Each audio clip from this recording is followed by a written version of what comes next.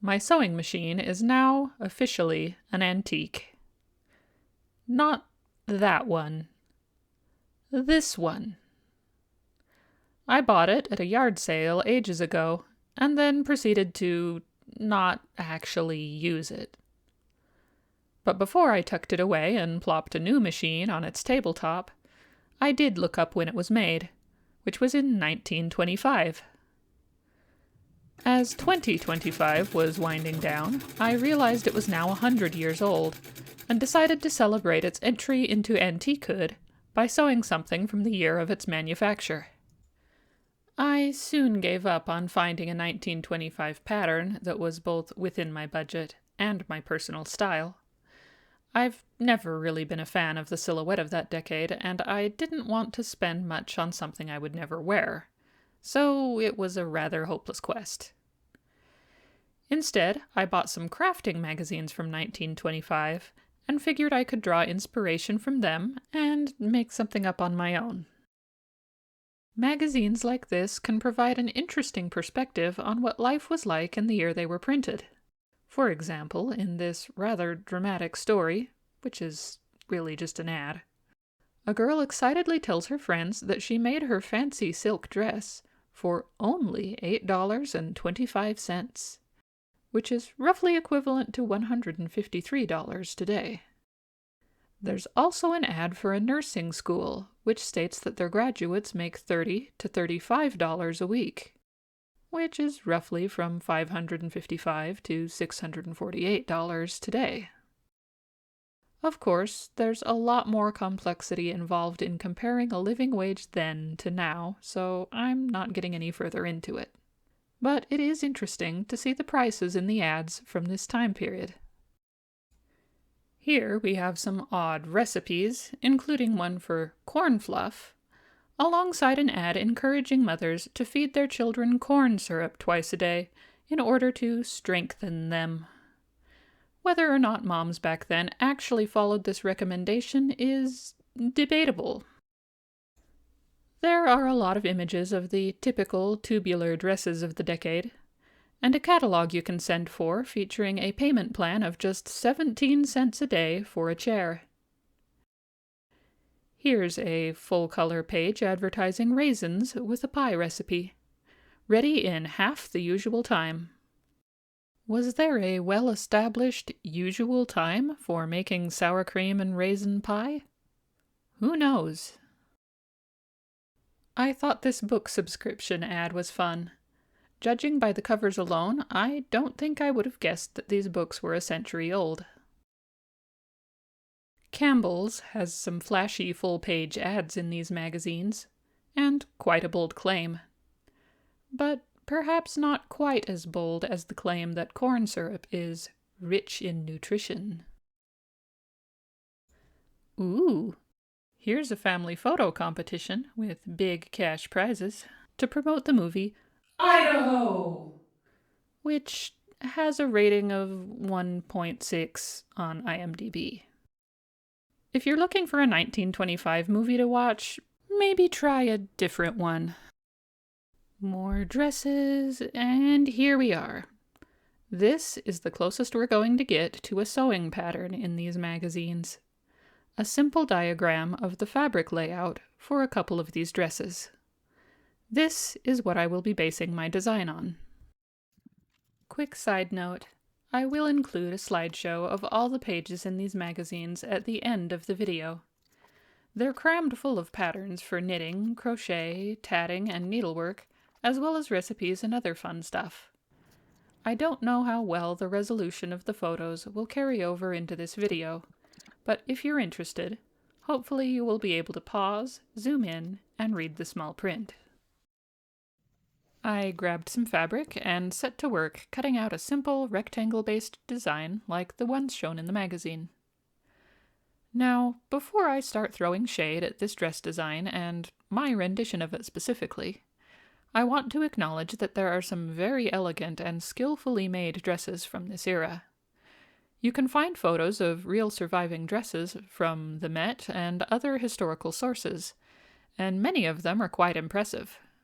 It's a matter of my own personal preference that I dislike the silhouette. And it's because of my own lazy decisions that this dress in particular reaches new levels of frumpiness. I decided that maybe I could use it as an apron so that it wouldn't just get shoved in a box and ignored as soon as I finished it.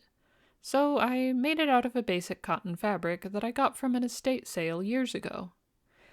This fabric is not 100 years old, but it is pretty old. The company that made it is still around and celebrated their 100th anniversary in 2011. So in that sense, it's a great choice for this project. In every other sense, not so much. The more elegant dresses from this era were made from soft silks and other nicely draping fabrics. Quilting cotton doesn't really drape nicely. The fact that this particular quilting cotton nearly blends in with the beige basement carpet isn't helping much either. The gray version of the same fabric, which I used to make the dress double-layered and reversible, looks a little nicer than the peachy beige, but the double-layered version ended up being even more awkwardly poofy than a single layer would have been. I pinned the pieces right sides together, and it was ready to sew. But first, I had to wind the bobbin. Multiple bobbins, actually. This antique machine is not compatible with big old cones of thread, and that's the only kind that I had that sort of matched. So I had to wind some thread onto 2 modern bobbins first. One to transfer to the antique bobbin, and the other to be the top thread. The bobbin winder on this antique machine is pretty cool. The little guide that moves side to side winds the thread more evenly than my modern machine's bobbin winder does.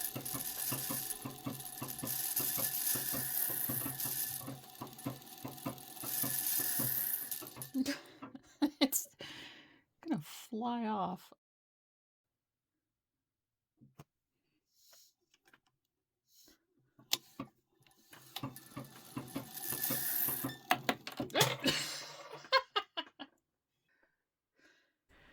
After ensuring that my top thread bobbin was not going to launch itself off the machine every time I got up to speed, I started in on the neckline of the dress, where I learned that it was really difficult to change direction in order to go around a curve, and that starting and stopping to take out pins was going to be a big problem. No. I'm gonna go back stitch here. Oh boy, the pins are gonna be a bad thing.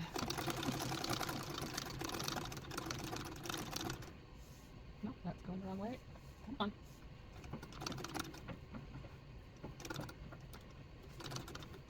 Oh, this is not gonna go well. I ended up inching along, mostly turning the wheel by hand all the way around.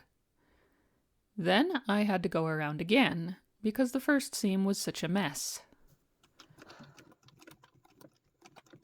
Okay. No. Don't go backwards. There we go.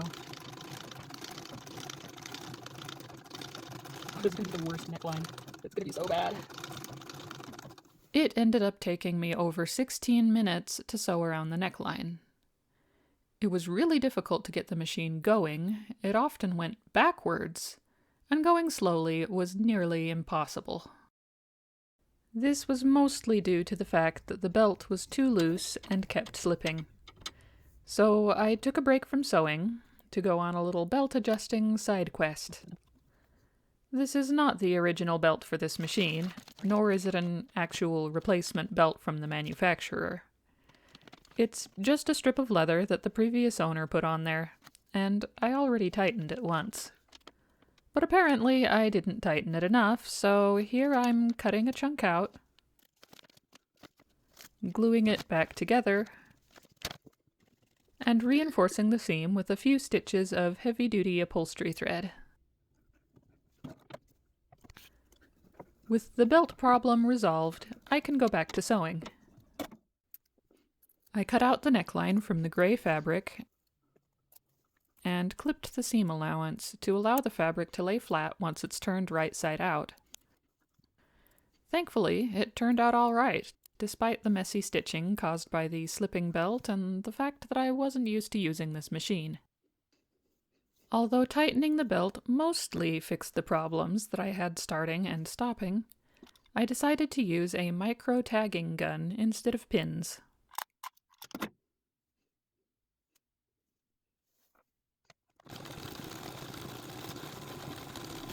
With the machine working properly and no need to stop for pins, sewing the side seams actually went really smoothly.